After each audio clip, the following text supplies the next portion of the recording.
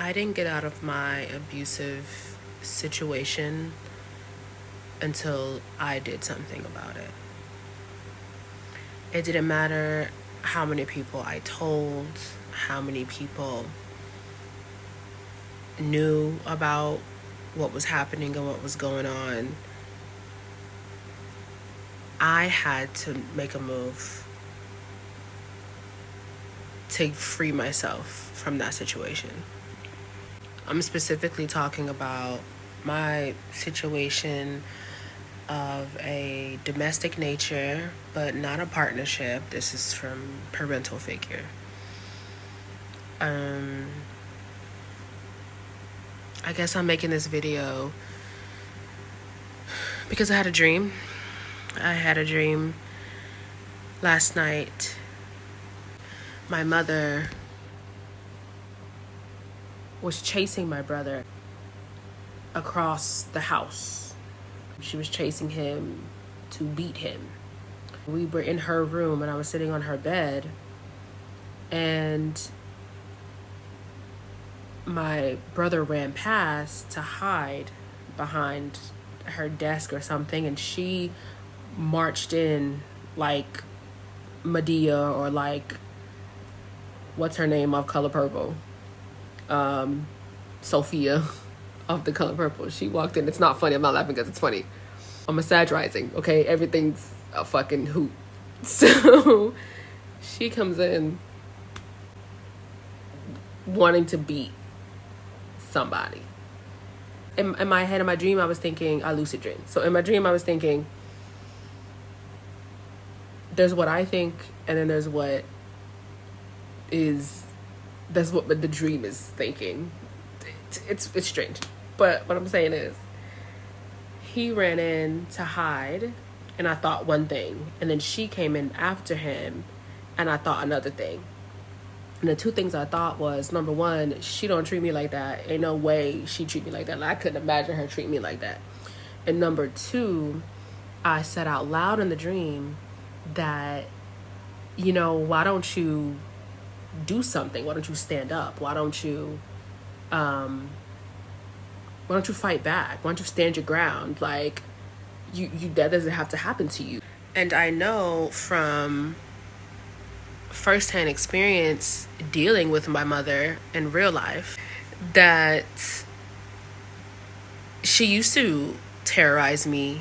And I'm not saying she ever stopped. It doesn't stop. It just changes, But as far as the physical abuse goes, she stopped that, and she never did that again, because she did it one time. She woke up one day, and that was the day. She woke up one day and she just wanted to terrorize us. She just wanted to terrorize people. So she woke us all up to clean the house. We didn't say anything. Like, we weren't like moaning and complaining. We got up and we did it because she was just yelling and throwing things away. So what she did was she created a situation because we weren't responding to her. So that the way that she wanted, she created a situation with me, of all people, with me, and she was in the way, and I was trying to do what she asked me to do, but then she got in the way of me doing it. So once she did that, just something snapped, and we're just going to take this time so that I do not self-incriminate. Okay, now we're back. Very violent. It's okay. It's okay. Because her intent was very violent. Do you understand? So once I did that, she realized, she got on the phone. Then now she's the victim. She got on the phone. She's like, somebody come get her. Blah, blah, blah, blah, blah, blah. But from that day forward, she never put her hands on me again. And she never tried me like that again.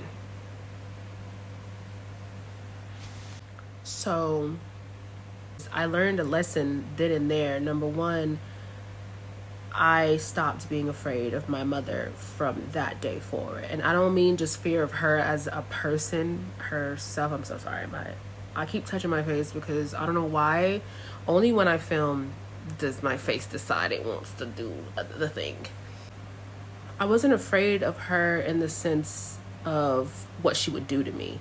I was afraid in the sense of, she's our only stable point of foundation. She's our only foundation. Like if I do something, there have been plenty of times where I could have did a bunch of shit to that bitch.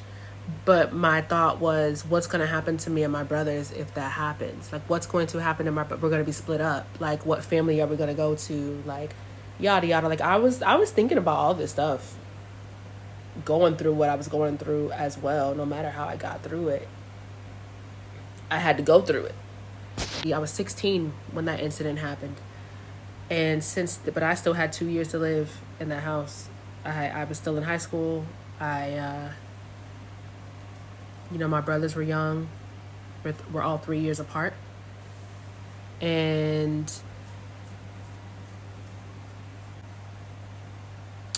I guess I'm just not realizing that was a lot of weight. Not realizing, just articulating. That was a lot of weight on my shoulders as a child. And what was crazy was I had already known who she was before, because we didn't always live with her. We lived with our grandmother. It wasn't until I was 11 that she decided she wanted to move to an entirely different state with no one we knew there. So going back to the dream, I think it's a thing of more so you can come out of it. You may have to, you gotta stand your ground. And if you stand your ground, I promise you'll get results that are necessary. You can be calculating, because when you stand up, you gotta understand the system will disintegrate. It will. And that's what I knew even as a kid without being able to articulate it really. Being able to articulate what will actually be dismantled. It is a very interesting, it's not easy. I'm not saying it's easy. I'm apt for it just because I have very intricate mental processes. It's part of my tism. But that doesn't mean I don't have scars and I don't, that I'm not weary. In fact, I'm understanding right now in this chapter of my life just how weary I had been the entire time.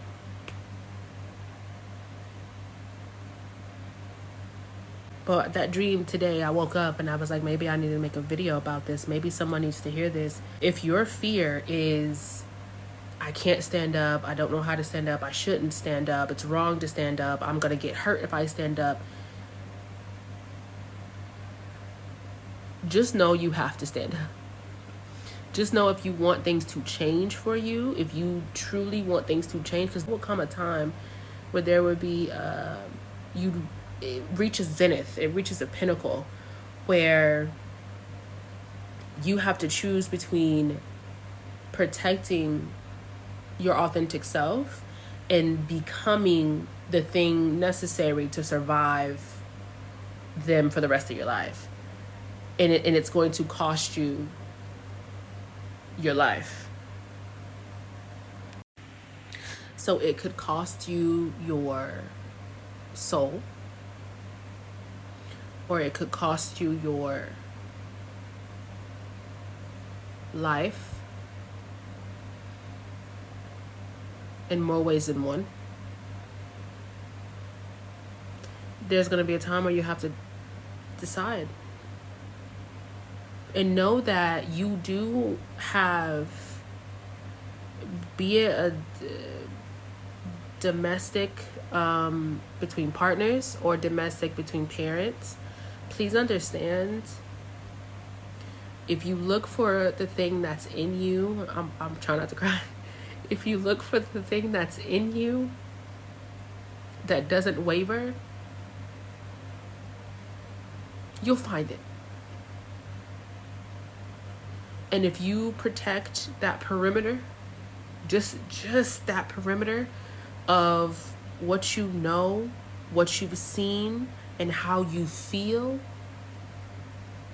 if you can protect Your feeling is your guide. Your heart is your guide. If you can protect that and not have someone hit you and then turn around and tell you that it's because I love you, whatever they're going to tell you, you know what you experienced and you know how you felt. And you know what you think of, you know what you know about it. If you can know what you know about something, know it. Even if you can't do anything about it, know it. And I'm telling you, that capacity, your capacity grows. Your capacity for hardship, your capacity for endurance, your capacity for agency, self-agency will grow. Because you know the line, even if no one else does. You protect the line, even if no one else does. I would say that's how I've survived my life. I'm 29 years old. I'll be 30 in a couple months. And I just left my home 10 months ago. By myself. On my own.